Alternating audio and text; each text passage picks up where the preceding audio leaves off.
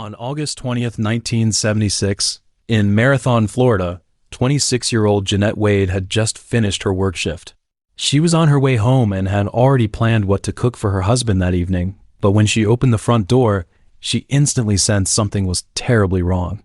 Because the room was in disarray, as if someone had broken in. She edged her way toward the kitchen, only to find a man standing waiting with a knife. So she tried to scream to alert the neighbors, but the assailant was quicker, clamping a hand over her mouth as he methodically plunged the blade into her torso. When her struggles weakened, he slit her throat and fled the apartment.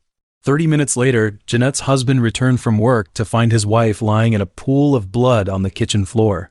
In anguish, he immediately called the police. The investigation progressed sluggishly, even with an eyewitness reporting a man seen lingering nearby prior to the attack, described as wearing a navy blue shirt, denim shorts, and carrying fishing pliers with a rounded-tip fillet knife on his belt, but the lead ultimately yielded no concrete results. 3 days later in St. Petersburg, Betty Brunton, a 52-year-old employee of a Memorial Park cemetery, was walking home for lunch at noon. Nobody knew a man was following her. When she arrived home and opened the door with her key, the man rushed behind her, pushed her into the house, and stabbed her in the stomach with a knife. Later, Betty's colleagues felt something was wrong because she didn't return to work on time, so they hurried to her house and found Betty lying quietly on the floor of the living room. At first, they thought she might have fainted from low blood sugar or some illness. However, when the ambulance arrived and the paramedics examined her body, they realized that Betty hadn't fainted from illness, but had been murdered, with a knife still in her stomach.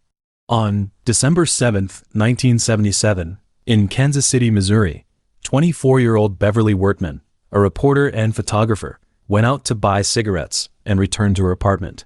But a man was watching her and following her. After she entered her apartment, the man, with a knife in hand, also came in.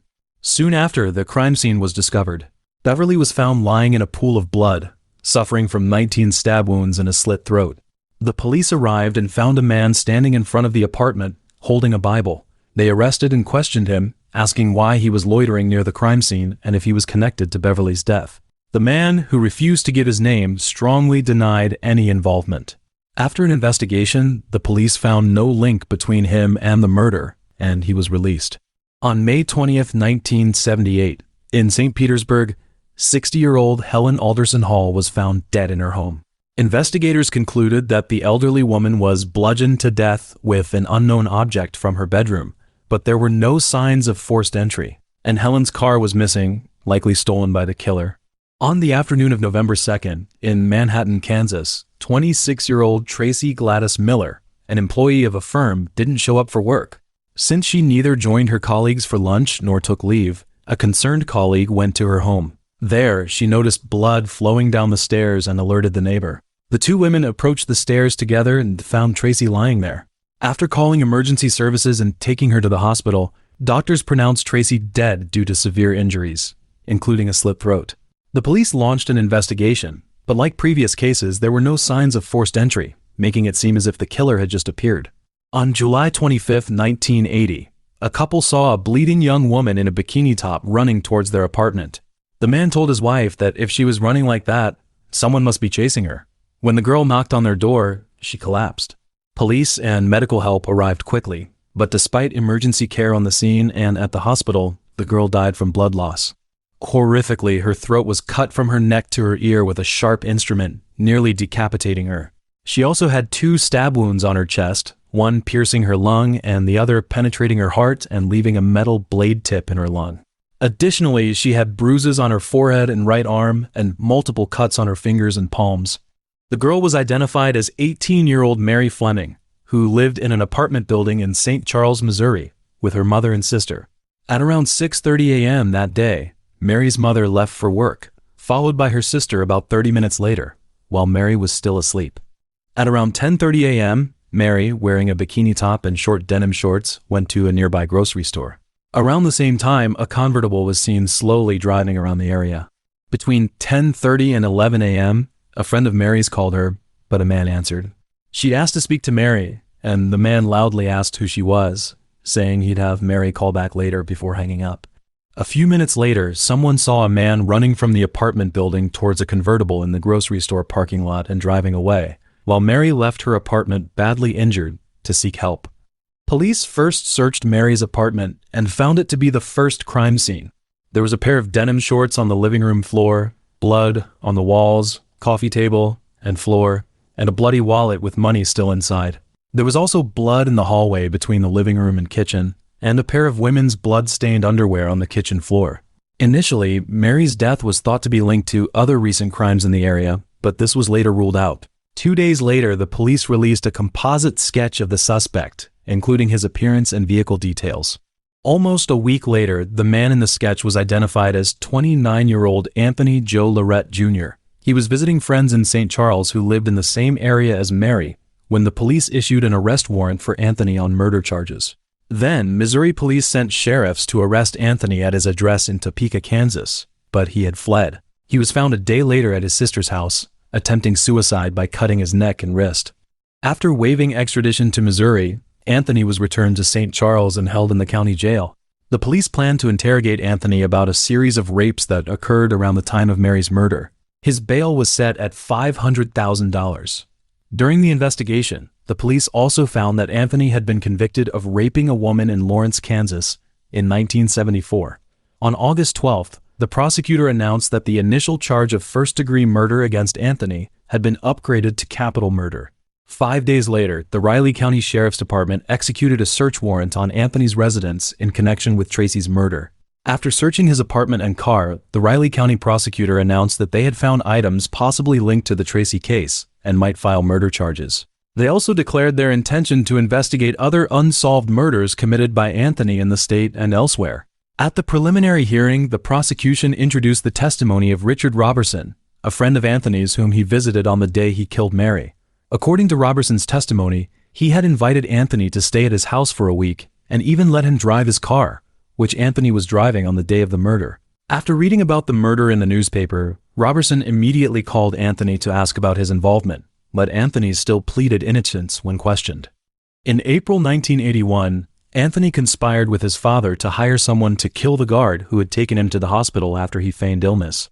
When his father tried to offer a police informant $400 to keep the matter secret, the informant refused, resulting in both Anthony and his father being charged with conspiracy to commit murder. During the trial on August 11th, the prosecutor presented photos of the crime scene to highlight the brutality of the murder. Anthony and his lawyer argued that he had picked up a hitchhiker near Robertson's house, who asked to be taken to a girl's house where someone owed him money. Anthony drove the hitchhiker to a grocery store parking lot next to some apartments. The hitchhiker got out and entered one of the apartments. After waiting about 15 minutes and worrying about the hitchhiker, Anthony went to the front door of the apartment and saw the hitchhiker either standing over or bending over the girl.